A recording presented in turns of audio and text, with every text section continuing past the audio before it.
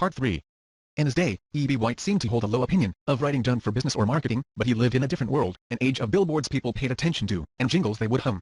Yet interestingly, today, in the world in which we do business ostensibly marked by an allegiance to authenticity, and engagement, and trust, and personality, and all that WHLT's core message now newly applies to businesses, too, E.S. White likely couldn't have fathomed that something like the internet would one day buttress his rationale for good, clear, interesting content yet, almost 25 years later, well, here we are, inspired in part by the elements. Here are 18 words and phrases we'd like to ban from marketing, sales, corporate communications, business schools, blogs, and boardrooms. On second thought, let's just go ahead and ban them from everywhere, entirely, forever.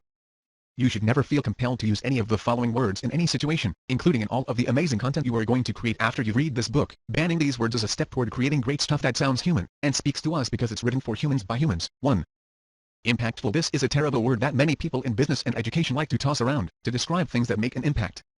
But the word does not appear in most dictionaries and, if it does, it should be banished. Instead, try influential or substantial.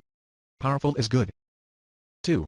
Leverage. This word is the poster child of words that began life as nouns and perplexingly find themselves now used as verbs. Instead, try, depending on the intended meaning, influence, exploit, enhance, rely on, or just plain use. 3. Leaning's another one of those sorry souls that began as one thing and morphed into something unfortunate. In this case, learning as a knowledge has been made plural and I'm sure it's plenty upset about it. 2. Play this OUL. Knowledge becomes knowledges, information becomes information, and things quickly become more of a mess than they already are. Instead, use lesson. 4. Synergy. Also, synergistic, synergism, synergy.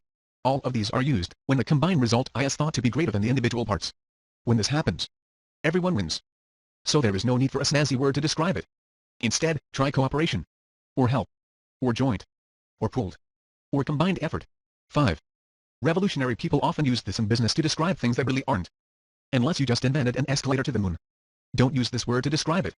6. Email blast. Email to their subscriber list. The problem is that it suggests a certain disrespect. Are you a spammer? If so, then you've blasted. Legitimate business is mailing a legitimate offer to an opt-in subscriber list. Not so much. Instead, how about newsletter, email offer, or subscriber update? 7. Proactive. The opposite of reactive. We know that businesses want to seem like they're cutting edge and confronting every issue they face even before the issue occurs. But this word just sounds pompous and should not be used. Unless perhaps you are in marriage therapy. Instead, try, depending on the intended meaning, active, anticipate, forestall, or foresee. 8.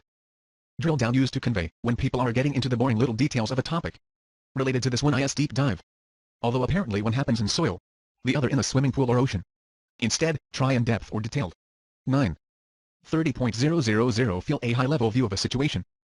Reserved for people who don't have the patience or capacity to drill down or dive deep, or sometimes both. In other words, those with short attention spans or possibly your boss. Instead, use overview or executive summary. 10. Unseemingly and sales folks and mid-level managers love these darlings. You shouldn't.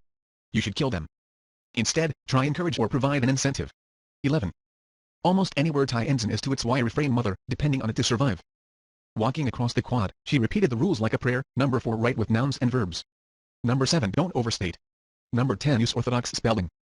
She took to carrying this slim volume around in her pocket as a kind of talisman. Like the way a superstitious bride carries something blue, for luck. Or perhaps at least as a simple gesture to not tempt fate. She passed Professor Ball's course, and even worked for a time as a reporter for the Boston Globe. But her heart wasn't in news reporting, and her editors quickly assigned her to features, which suited her storytelling spirit. She eventually forgot about the elements of style. But later, when she had moved into online business writing and editing, she hit for the old talisman again. She was faced with what E.B. White had discussed in number 21. Prefer his standard 0. The offbeat. Another segment of society that has constructed a language of its own is business, White writes. And so we end up with words or treatments those of us in business know quite well, long, latinate words like formal and utilize and monetize. Words created to make the individual who uses them sound clever and smart. But they really are nothing more than weird, bloated versions of themselves. The writer Matthew Stubbs says they suffer from word obesity. We love that phrase. E.B. White recognized the pretense, too, when he sniffed. Usually, the same ideas can be expressed less formidably if one makes the effort. A tenet of Click.com, a company and co-founded in 1997 as one of the first internet marketing-focused websites, was that the writing be including the preceding one as well as productize, monetize, budgetize, utilize, socialize, and operationalize. The sale exception is OPMI is, but only in the content of search engines. And only because it's so ubiquitous. Instead, find a word that doesn't sound like it was first uttered by the robot on Lost in Space. 12. Solution. Business people often use this word to describe a product or service they can't otherwise explain. Instead, how about actually explaining exactly what the product or service does and allowing the customers to decide whether it solves their problem? 13. Users, a dehumanizing word that strips people of any individuality and humanity. Online marketers and drug dealers are the only two industries that refer to their customers as users, says Jerry McGovern, author of The Stranger's Long Neck, How to Deliver What Your Customers Really Want. Online A&C Black. 2010. Instead, how about people? Customers. Friends.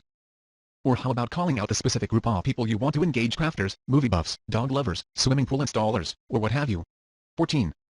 Almost any word rooted in technology but applied to humans, including ping to mean follow-up, bandwidth to mean capacity, or mean to mean either not working or outside of this already horribly long meeting. G. Instead, use words that describe what humans do, not machines. 15. Overused words, a whole bunch of words that used to be good, solid words, and now have been overused to the point of meaninglessness. Robust, granular. Box, but only when you are outside the dash. Sragic. Space, as it applies to the market you are in. Traction. 16. Mashed together words, another class of words that individually are harmless, but mashed together become horrid. Buy-in. Mission critical. Dial-in. Best of breed. End-to-end. Value-add. Next generation. FaceTime.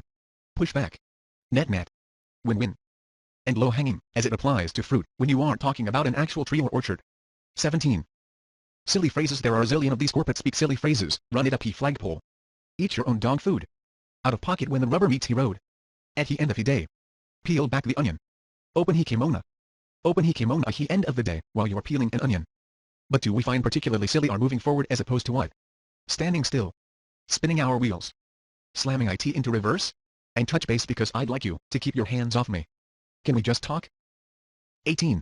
Offensive phrases. Finally, here are two more we dislike: Nazi when applied to business concepts, as in brand Nazi, or drinking the Kool-Aid, as applied to accepting ideas or concepts sometimes without understanding.